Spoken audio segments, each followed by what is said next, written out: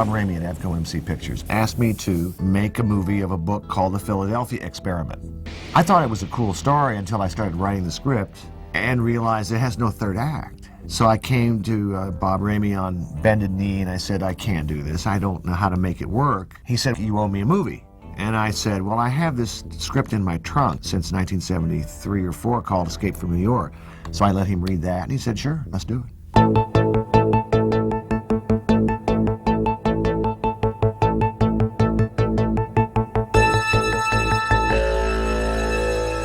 John Carpenter had written Escape from New York when he was at USC, and he had actually written it with Clint Eastwood in mind. So with the success of The Fog, FOMC asked us what we wanted to do next, and we pulled out this old script, Escape from New York, with Clint Eastwood in mind, and we brought it to them, and they loved it, and they said, yeah, they would love to do it. Let's do a rewrite to make it funnier, to make it hipper. And so we brought Nick Castle in to work with John. He brought all the humor. He brought the whole idea of the American Bandstand piece being the one that we switched tapes with. He brought a lot of the lines. Get a new president. We fleshed out the cabbie character, the brain character, all the kind of humorous exchanges Nick and I worked on together. He brought that kind of spark to it. John really wanted Kurt Russell to be Snake Plissken. The studio wanted Tommy Lee Jones. So we went to Tommy Lee Jones first, and he passed. And after he passed, then Kurt got to be Snake. Working with Kurt is always a dream. We worked together on Elvis for the first time, and we love working with each other. We have a great time. We have very similar brains in terms of movie making. Politically and every other way, we're very separate people, but in terms of movie making, we have the same approach. In many ways, Kurt Russell is Snake Plissken as much as John Carpenter is Snake Plissken. I mean, there are two sides of Snake Plissken, and that's John and Kurt, and they're very, very connected. I know who you are. Snake Plissken. But I heard you were dead. Heard you were dead. Thought you were dead. A friend of mine from film school told me about this legendary kind of punk teenager that went to his high school, Snake Plissken, Larry Plissken. And he says, what a great name. Just an insane name. And literally the guy said, call me Snake. So I thought, that's a great character. I'm not a fool, Plissken. Call me Snake. When we needed to do a publicity shoot as Snake Plissken before we'd actually fully designed his outfit and everything, we actually had him in fatigues, in army fatigues, and he looked kind of like, you know, join the army now. And he wasn't the anti-hero that we really wanted him to be. And he put these clothes on and went, this isn't how Snake Plissken would dress.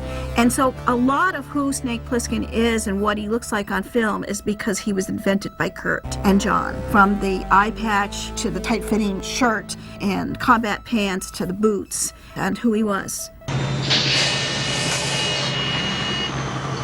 Escape from New York wanted more money to make it. I mean, we just barely put that movie together. That's an ambitious experience for $5 million. I mean, shooting at night is very tough. It's not very fast. You have to light everything. It was a tough go for us. Escape from New York was a very complex movie to shoot. First of all, a huge amount of special effects, which required building a model of Manhattan. John Wash was a special effects animator, and he built basically a cardboard city, a New York skyline, and painted it in green line, like a grid, and just shot it with a camera.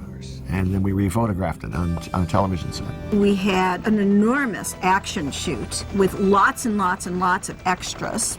We needed to find a place that was, you know, post-apocalyptic, a place that didn't exist.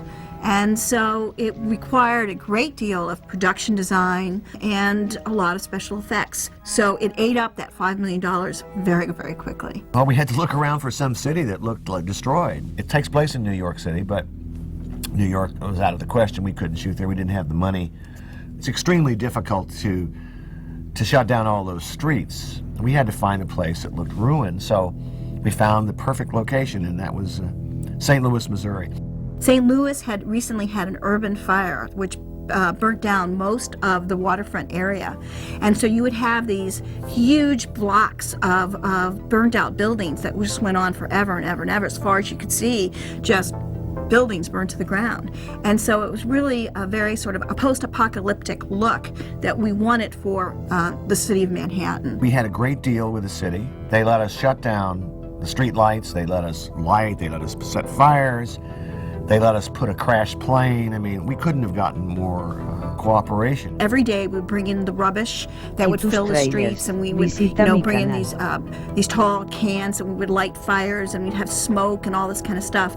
And every morning by 6 a.m. we had to clear the streets because this was a working community, a working city. And we got to use the famous, it's been restored now, the famous Fox Theater in St. Louis. That's kind of a rock and roll theater. That's where rock and roll kind of began. Chuck Berry played there. So we got to use the exterior of that. It was a cool place. So we shot at night. It was extremely hot. I remember it was the hottest summer. Sometimes at night it was over 100 degrees, extremely humid and very buggy. I think we shot something like 56 days. And then we shot some back here in Los Angeles, and we have one shot in New York. The one shot that we shot in New York City is the opening shot of the movie, and it's a helicopter shot of the Statue of Liberty. And we come around the Statue of Liberty and come down to the doors, and the doors open up, and Tommy Atkins walks out. And he walks past a building, which is in black, and we take that black and we fade it with the same building, same side of the building here in Sepulveda Dam in LA, and that's the opening reveal of the base. And so it's the only shot we shot in Manhattan.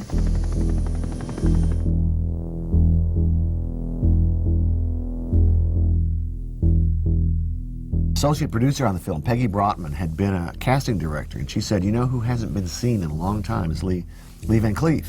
And how cool was he back in the old days, and how cool was he in the spaghetti westerns?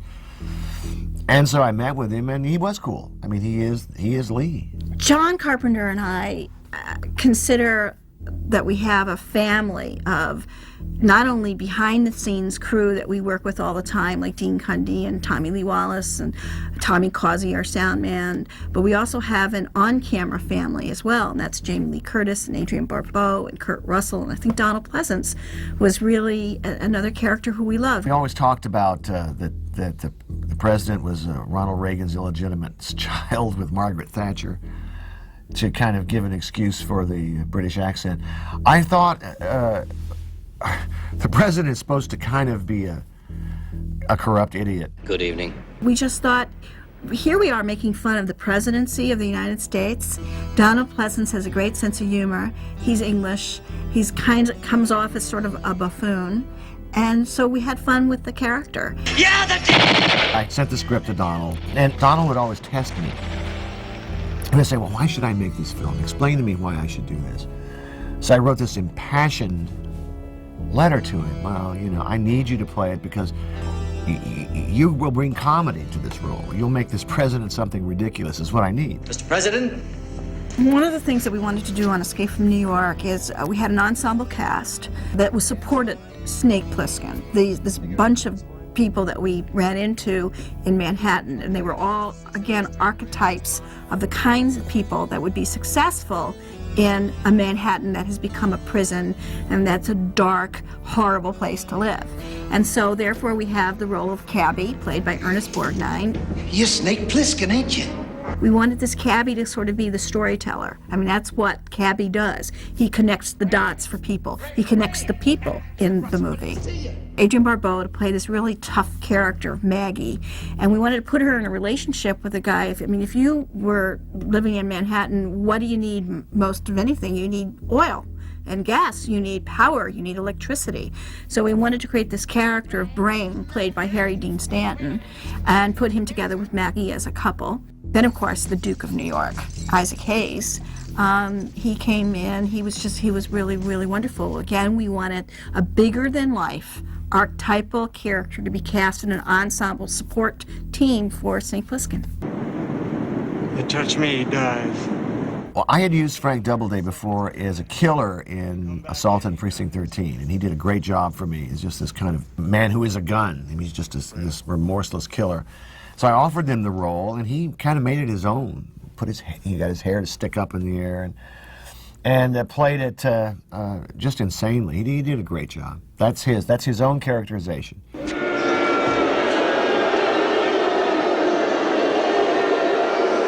One of the things that we wanted to do in the film in terms of Snake Plissken's character is once he's captured by these, criminals in the prison of Manhattan, they put him through different tests. They want to test his courageousness. They want to test his will to live.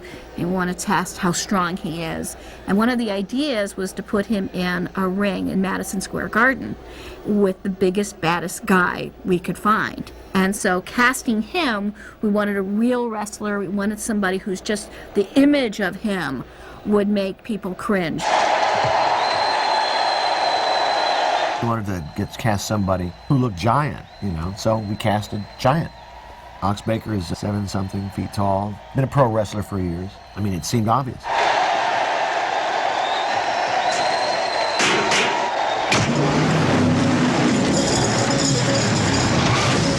The final sequence of the movie where they're running across the bridge and trying to escape, which is really supposed to be the George Washington Bridge, leading to New Jersey. And what we ended up doing was we found an abandoned bridge that was owned by the United States government.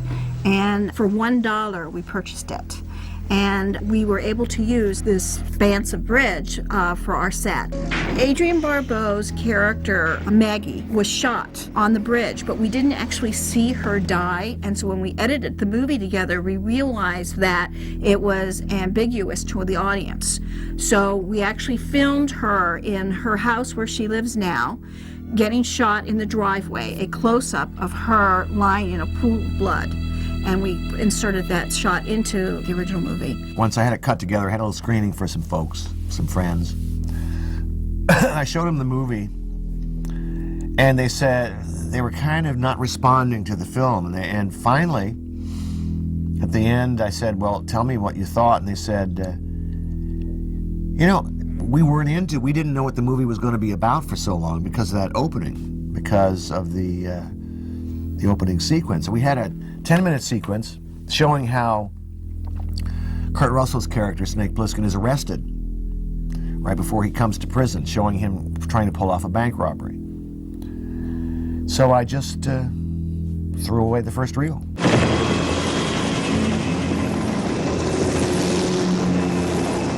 What I love most about Escape from New York is that the film is a statement about how I feel that we must protect people's libertarian rights, that we really need to be, we can't legislate right from wrong. People themselves need to find the goodness in them. And I think it makes a political statement. I have a part of my personality that loves outlaws and outsiders and anti-heroes, and I truly have a problem with authority. And any chance I can get to belittle authority, I love to do it. I just can't help myself. So I think probably I made everybody corrupt in this world, every single person corrupt in this world, made it is an entirely a nihilistic corruption blanket of this future. I don't feel that all authority figures are bad, but authority is a human construction. And being something that's human, it's prone to corruption and mistakes. But you have to have it. You have to have order in order to have a civilization. But anything that's constructed by man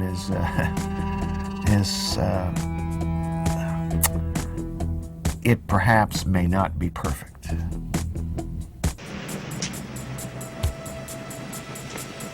You gonna kill me now, Snake?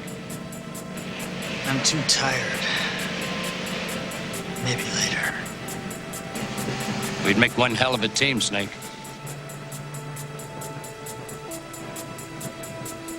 The name's Plissken. Snake Plissken is really the only man with honor because he doesn't care about anybody. He doesn't care about saving your life.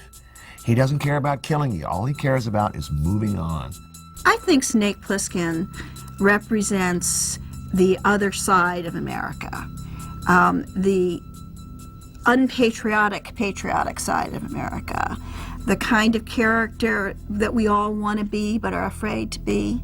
He's a guy who doesn't want to be told what to do. He's a guy who doesn't want us to legislate laws that take away personal freedoms. And that's why I think he's so cool. He's an anti-hero. And I think that's what makes America love him so much.